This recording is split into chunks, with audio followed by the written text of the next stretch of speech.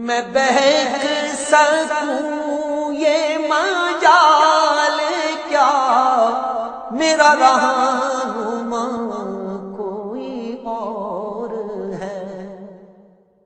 نحمدہ ونصلی علی رسولہ النبی الکریم الامین،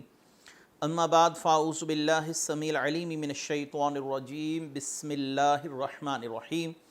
قال اللہ تبارک و تعالی فی القرآن الحکیم، ان اللہ وملائکتہ یصلون علی النبی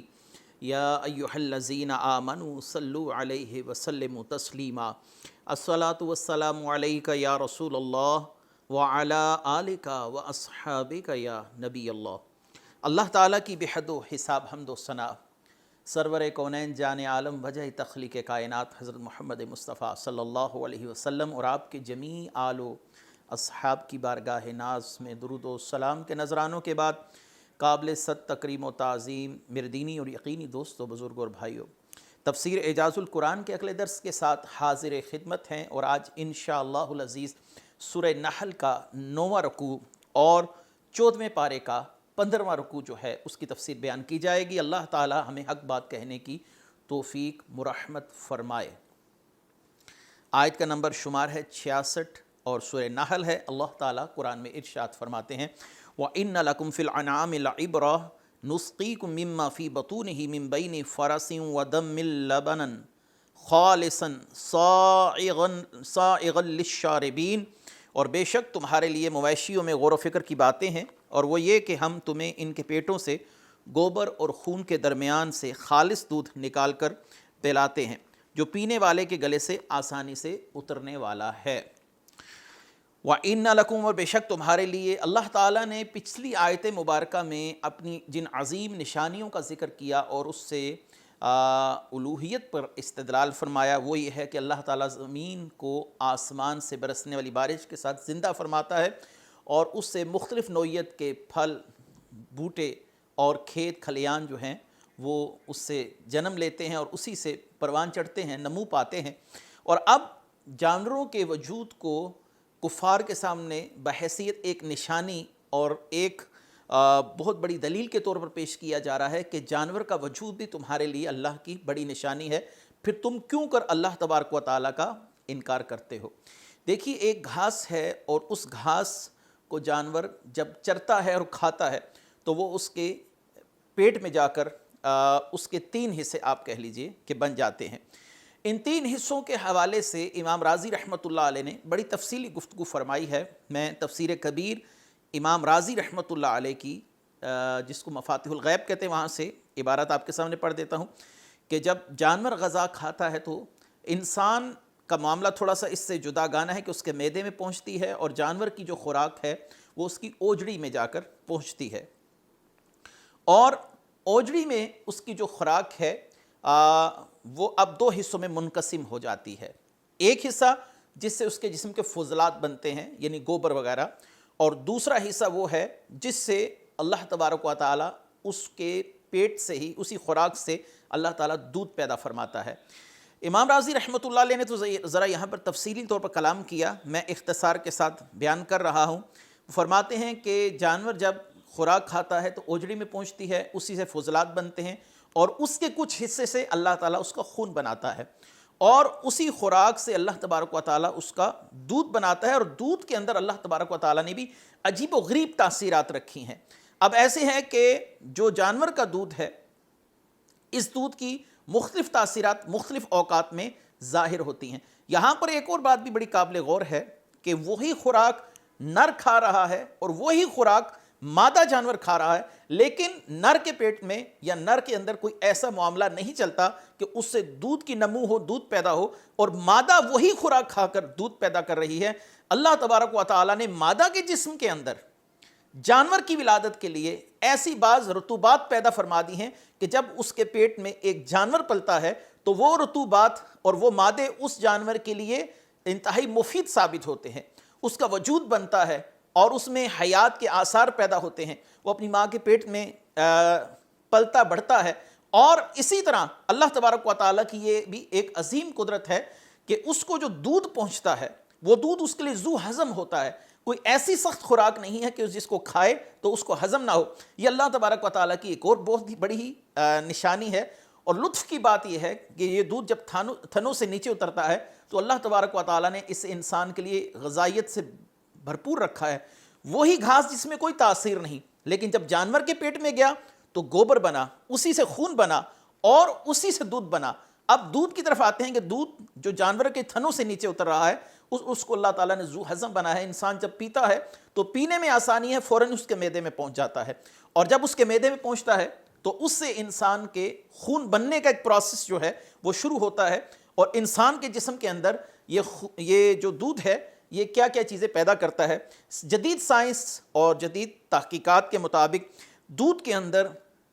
پروٹین موجود ہے، اور دودھ کے اندر فیٹس جن کو چکنائیاں بولی جاتے ہیں کہا جاتا ہے وہ موجود ہیں، جو کسی انسان کے جسم کے لیے انتہائی ضروری ہیں۔ دودھ کے اندر کیلشیم کی ایک بہت بڑی تعداد اور وٹامن ڈی کی تعداد موجود ہے، بہت بڑی تعداد موجود ہے، جو انسان کی ہڈیوں کے لیے، انسان کے گوشت کے لیے، انسان کے خون کے لیے انتہائی مفید ہے۔ اس کے علاوہ تحقیقات کے مطابق دودھ میں وٹامن بی کی تعداد، وٹامن سی اور وٹامن اے اور فولک ایسڈ، اور اس کے علاوہ فولاد جو ہے یہ پایا جاتا ہے۔ یہ انسان کے جسم کے لیے کتنا ہی مفید ہے۔ یہ سب اللہ تعالیٰ کی نشانیاں ہیں کہ نر بھی وہی کھانا کھا رہا ہے، وہی پتے کھا رہا ہے، وہی گھاس کھا رہا ہے، لیکن اللہ تعالیٰ نے اس سارے معاملے کا جو پروسیس ہے وہ مادہ کے اندر رکھا ہے۔ مادہ کے پیٹ میں ہی بچہ جو ہے وہ پروان چڑھتا ہے، وہیں پر بچہ جنم لیتا ہے، وہیں پر بچہ بنتا ہے، اور اس بچے کے لیے جتنی بھی غذائیت چاہیے ہو اللہ تعالیٰ اس مادہ کے جسم میں پیدا کر دیتا ہے۔ دودھ کے حوالے سے ایک اور بڑی عجیب بات یہ ہے کہ دودھ کی ایک ہی وقت میں 3 متضاد کیفیات بھی ظاہر ہوتی ہیں۔ ایک یہ ہے کہ اگر جس گھاس کو بکری نے کھایا، اگر وہ گھاس بکری کے دودھ بننے کا سبب بنا تو دودھ کی جو اصل میں تاثیر ہے وہ گرم ہے، اس میں چکنائی زیادہ ہے تو گرم ہے، اور جو اس دودھ کے اندر پانی کا عنصر ہے اس میں اگر پانی ڈال دیا جائے تو اس کی تاثیر سر تر ہو جاتی ہے۔ جیسے آج کل ہمارے ہاں کچی لسی پینے کا رجحان ہے، اس سے انسان کے وجود میں سردی اور جو گرمائش ہے اس کا خاتمہ ہوتا ہے۔ اور تیسرا جو پنیر ہے جو دودھ سے بنتی ہے، اس کی جو تاثیر ہے وہ گرم اور خشک ہے۔ یہ سب اللہ تبارک و تعالیٰ کی عظیم نشانیاں ہیں کہ ایک ہی گھاس سے جو دودھ بن رہا ہے اس دودھ کی مختلف تاثیرات ہیں۔ اسی کے اندر اللہ تبارک و تعالیٰ نے مختلف وٹامنس رکھے ہیں، کیلشیم رکھی ہے، فولاد رکھی ہے، فولک ایسڈ رکھی ہے۔ اسی دودھ کے اندر اللہ تبارک و تعالیٰ نے اتنی غذائیت رکھی ہے جو ایک ایسے انسان کے جسم کے لیے ضروری ہے۔ وہی دودھ جب جانور کا بچہ پیتا ہے تو اللہ تبارک و تعالیٰ اس کو نمو چڑھاتا ہے۔ اور سب سے اہم بات اس سارے حوالے سے کہ دودھ کے حوالے سے کہ جب کوئی جانور کا بچہ دنیا میں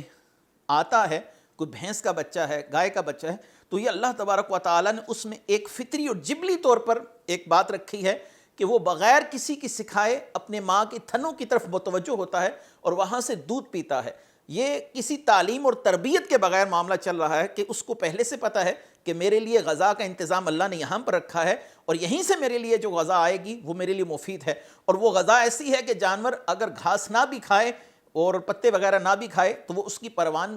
چڑھنے کا سب سے بہترین ذریعہ بنتی ہے۔ تو خیر دودھ کو اللہ تبارک و تعالیٰ نے یہاں پر بطور ایک نشانی بیان کیا۔ میں نے وہاں سے مختلف تفاسیر سے آپ کے سامنے دودھ کی تاثیرات، دودھ کے فوائد اور دودھ کس حد تک انسان کے لیے مفید ہے وہ بیان کیا۔ اور کمال کی بات یہ ہے کہ جانور کے پیٹ کے اندر گوبر بھی ہے، خون بھی ہے، گندگی بھی ہے، اللہ تبارک و تعالیٰ اسی پیٹ کے اندر سے مصفہ اور مزکہ کر کر دودھ کو نکالتا ہے۔ یہ اللہ تعالیٰ کی کتنی عظیم نشانی ہے۔ بہرحال اس حوالے سے تو بہت سی نشانیاں ہیں جن پر گفتگو کی جائے تو وقت ہمارے لیے کم پڑ جائے گا۔ اگلی آیت مبارکہ کی طرف آتے ہیں۔ وَمِن ثَمَرَاتِ النَّخِيلِ وَالْأَعْنَابِ تَتَّخِذُونَ مِنْهُ سَكَرًا وَرِزْقًا حَسَنًا إِنَّ فِي ذَلِكَ لَآيَاتٍ لِقَوْمٍ يَعْقِلُونَ۔ اور کھجور اور انگور کے پھلوں سے کوئی پھل وہ ہے کہ اس سے تم نبیس اور اچھا رزق بناتے ہو، بے شک اس میں عقل مند لوگوں کے لیے نشانیاں ہیں۔ دیکھیں یہاں پر 2 خشک ٹہنیوں کا تذکرہ ہے، ایک کھجور کی شاخ ہے، ایک جو انگور کی بیل ہے۔ آپ اس کو دیکھیں گے بظاہر وہ خشک ایک ٹہنی ہے، خشک اور باریک ایک ٹہنی ہے۔ اللہ تبارک و تعالیٰ اس پر رس بھرے ہوئے انگور لگا رہا ہے جن کے اندر رس ہے، اور اللہ تعالیٰ اس دوسری خشک ٹہنی کے اوپر ایسی کھجور لگا رہا ہے جس کے اندر غذائیت کی اتنی زیادہ تعداد موجود ہے اس کے اندر، اتنے پروٹین اور کیلشیم موجود ہیں کہ اگر ڈاکٹرز کا کہنا یہ ہے کہ اگر انسان خالی پیٹ کھجور کھائے تو کھجور اس کی تمام غذائی ضروریات کو پورا کرنے کے لیے کافی ہے۔ اب اس کی مثال یہ دیکھیے کہ جب حضرت عیسیٰ علیہ السلام کی ولادت ہوئی اور سیدہ مریم رضی اللہ تعالی عنہا نے اپنے وجود میں کمزوری محسوس کی تو اللہ تبارک و تعالی نے ان کے لیے کھجوروں کا انتظام کیا اور فرمایا کہ اس خشک تنے کو پکڑ کر ہلائیے تاکہ اللہ تعالیٰ آپ کی گود میں کھجوریں گرائے۔ تو اس وقت جو آپ نے کھجوریں کھائیں اس کمزوری کے وقت میں وہ کھجوریں آپ کے لیے تقویت کا سبب بنی۔ کھجور کے اندر اللہ تعالیٰ نے اتنی طاقت رکھی ہے۔ پھر کھجور اور انگور کو ایک خاص مرحلے سے گزار کر ایک خاص قسم کا مشروب جس کو نبیذ کہا جاتا ہے وہ بنایا جاتا ہے، اور نبیذ کے حوالے سے احکامات مختلف ہیں۔ پھر نبیذ پر مختلف طریقہ کار اپنا کر اس کو شراب کی صورت میں بھی تبدیل کیا جاتا ہے۔ بہرحال یہاں پر ہمارا موضوع شراب وغیرہ نہیں ہے، یہاں پر یہ ہے کہ اللہ تعالیٰ کی بڑی عظیم نشانیاں ہیں کہ دو سوکھی ٹہنیوں پر ایسی غذائیت سے بھرپور سوغات ہمارے لیے مہیا کر رہا ہے جن کے اندر خوب غذائیت بھی ہے، جن سے انسان نبیذ بناتا ہے، مشروب بناتا ہے، اور یہ اللہ تبارک و تعالیٰ کی بہت عظیم نشانیاں ہیں۔ اگلی آیت وَأَوْحَى رَبُّكَ إِلَى النَّحْلِ أَنِ اتَّخِذِي مِنَ الْجِبَالِ بَيُوتًا وَمِنَ الشَّجَرِ وَمِمَّا يَعْرِشُونَ ثُمَّ كُلِي مِن كُلِّ الثَّمَرَاتِ فَاسْلُكِي سُبُلَ رَبِّكَ ذُلُلًا يَخْرُجُ مِن بَطُونِهَا شَرَابٌ مُخْتَلِفٌ أَلْوَانُهُ فِيهِ شِفَاءٌ لِلنَّاسِ إِنَّ فِي ذَلِكَ لَآيَاتًا لِقَوْمٍ يَتَفَكَّرُونَ۔ اور تمہارے رب نے شہد کی مکھی کے دل میں یہ بات ڈال دی کہ پہاڑوں میں اور درختوں میں اور چھتوں میں گھر بناؤ، پھر ہر قسم کے پھلوں میں سے کھاؤ اور اپنے رب کے بنائے ہوئے نرم و آسان راستوں پر چلتی رہو۔ اس کے پیٹ سے ایک پینے کی رنگ برنگی چیز نکلتی ہے، اس میں لوگوں کے لیے شفا ہے، بے شک اس میں غور و فکر کرنے والوں کے لیے نشانیاں ہیں۔ اب اللہ تبارک و تعالیٰ یہاں پر ایک اور بہت بڑی نشانی کا تذکرہ فرما رہے ہیں۔ وہ بڑی نشانی کیا ہے؟ وہ ہے شہد کی مکھی۔ وَأَوْحَى، اللہ تعالیٰ نے شہد کی مکھی پر وحی کی۔ آیت کا مطلب تو یہ بنتا ہے، لیکن یہاں پر وحی بمعنی دل میں ڈالنا ہے کہ اللہ تعالیٰ نے شہد کی مکھی کی فطرت میں یہ بات رکھی ہے کہ وہ بلند جگہوں پر اپنا گھر بنائے، مختلف پھلوں سے مختلف پھولوں سے رس چوسے اور رس چوس کر آ کر اپنے لیے ذخیرہ خوراک کرے، ذخیرہ غذا کرے، اور وہ جب اس کو اگلتی ہے تو اللہ تبارک و تعالیٰ اس میں ایک خوبصورت تاثیر مٹھاس کی پیدا فرما دیتا ہے۔ دیکھیے اگر آپ کسی پھول کو چباتے ہیں تو آپ کو کڑواہٹ کا احساس ہوتا ہے۔ یہ اللہ تبارک و تعالیٰ کی کتنی عظیم نشانی ہے کہ اسی پھول سے شہد کی مکھی جو ہے وہ رس چوس رہی ہے، اور رس چوسنے کے بعد وہ شہد کی مکھی جو ہے وہ جا کر اپنے چھتے میں اس رس کو اگل دیتی ہے، اور جب اگلتی ہے تو اللہ تبارک و تعالیٰ اس میں تاثیر پیدا فرما دیتا ہے۔ تو یہ اللہ تبارک و تعالیٰ کی عظیم نشانیوں میں سے ہے۔ آپ نے شہد کی مکھی کے حوالے سے اللہ تبارک و تعالیٰ کا جو بیان ہے اس آیت مبارکہ میں وہ سماعت فرمایا۔ شہد کی مکھی میں عجیب و غریب تاثیرات ہیں۔ اگر آپ حیات الحیوان کتاب امام دمیری رحمۃ اللہ علیہ کی دیکھیں تو اس کتاب کے اندر انہوں نے شہد کی مکھی کے حوالے سے بہت ہی عجیب و غریب معاملات کو نقل فرمایا۔ ایک چیز تو یہ ہے کہ اگر شہد کی مکھی کو آپ کسی جگہ پر بھی لے جائیں تو یہ واپس اپنی اسی جگہ پر آئے گی جہاں سے اس نے شہد لینے کے لیے نکلنا ہے، یہ راستہ نہیں بھولتی۔ اللہ تبارک و تعالیٰ نے اس کو ایسا ذہن اور ایسی حکمت اور عقل مندی عطا فرمائی ہے۔ اور دوسری بات یہ ہے کہ مختلف قسم کے مختلف رنگوں کے پھولوں سے رس چوسنا اور اس رس چوس کر اپنے واپس چھتے میں آنا، اور اس چھتے کے اندر ایک ہی طرز کا شہد اور اس شہد کی مٹھاس، یہ اللہ تبارک و تعالیٰ کی عجیب نشانیوں میں سے ہے۔ اور امام دمیری رحمۃ اللہ علیہ نے ایک بات اور بھی لکھی ہے کہ مکھی جو شہد کا چھتا بناتی ہے اس کے اندر مسدس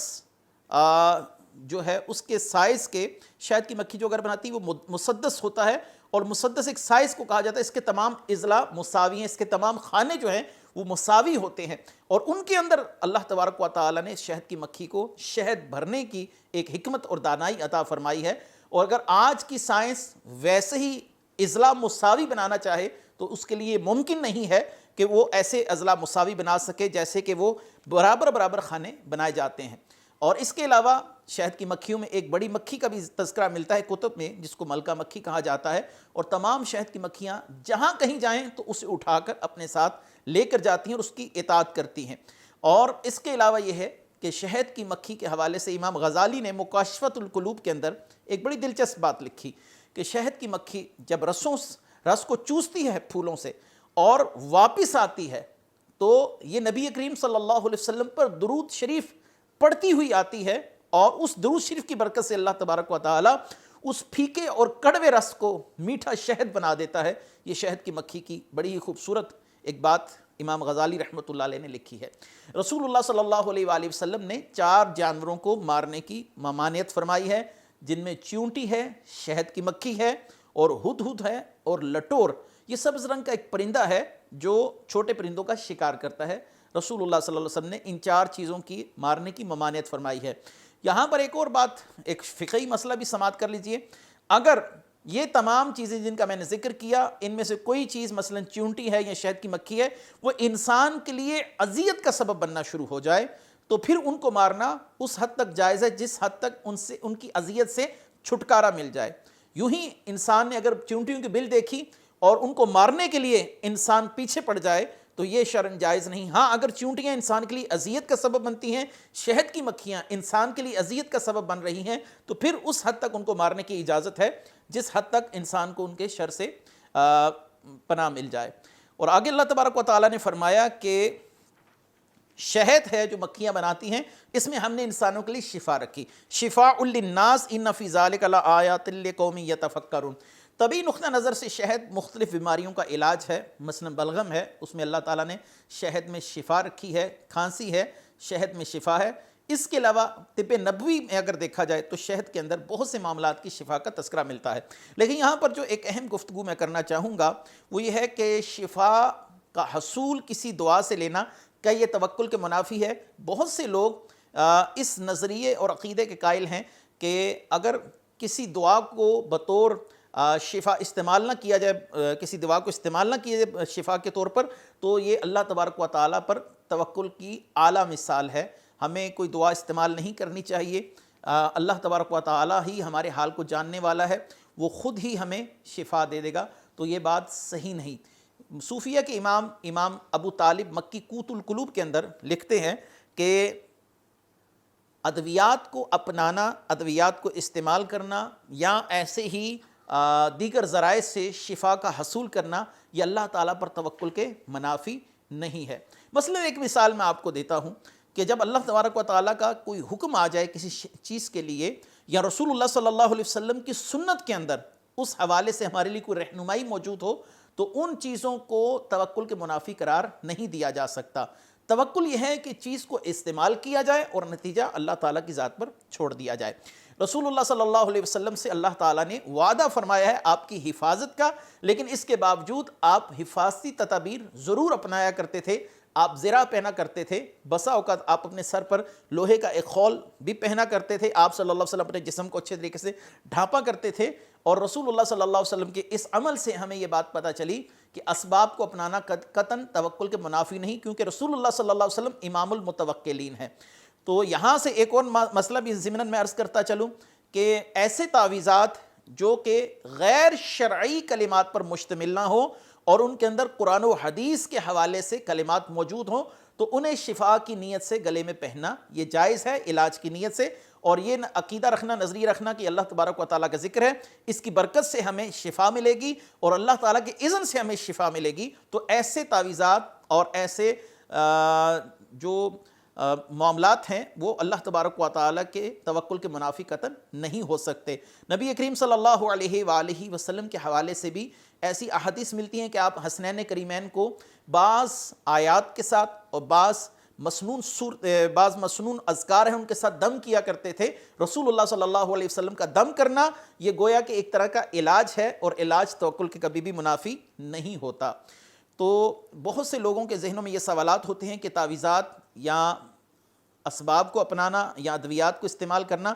امام ابو طالب مکی نے اس چیز کی نسبت جاہل صوفیہ کی طرف کی ہے جو یہ سمجھتے ہیں کہ ہمیں ادویات وغیرہ کو استعمال قطعاً نہیں کرنا چاہیے۔ یاد رکھیے کہ ادویات میں اگر شہد ہے، کلونجی ہے یا کھجوریں ہیں یا اس طرح کی کوئی بھی چیزیں ہیں، رسول اللہ صلی اللہ علیہ وسلم کا ان چیزوں کو بطور علاج استعمال کرنا یہ ثابت ہے، اور انہیں رسول اللہ صلی اللہ علیہ وآلہ وسلم نے جب استعمال کر لیا تو کسی عام انسان کے لیے اس کے جواز کے لیے اتنا ہی کافی ہے کہ ہمارے آقا کریم صلی اللہ علیہ وسلم ان چیزوں سے استفادہ فرمایا کرتے تھے، اور اللہ تعالیٰ نے شہد میں شفا رکھی ہے۔ بعض ملحدین یہاں پر ایک سوال بھی کرتے ہیں، سوال یہ ہے کہ اللہ تعالیٰ نے جو شہد کو شفا کہا، لیکن بہت سے لوگوں کے لیے شہد جو ہے یہ اسہال کی بیماری کا سبب بنتا ہے، یعنی اس کا پیٹ خراب ہو جائے تو اس کے لیے شہد جو ہے یہ وبال جان بن سکتا ہے۔ یاد رکھیے کہ قرآن کا کہنا کہ فلاں چیز میں شفا ہے یا رسول اللہ صلی اللہ علیہ وسلم کا فرمانا یہ بعض چیزوں میں شفا ہے، یہ ہر شخص کے لیے نہیں ہوتا، یہ مختلف مزاج کے لوگوں کے لیے جو مختلف ادویات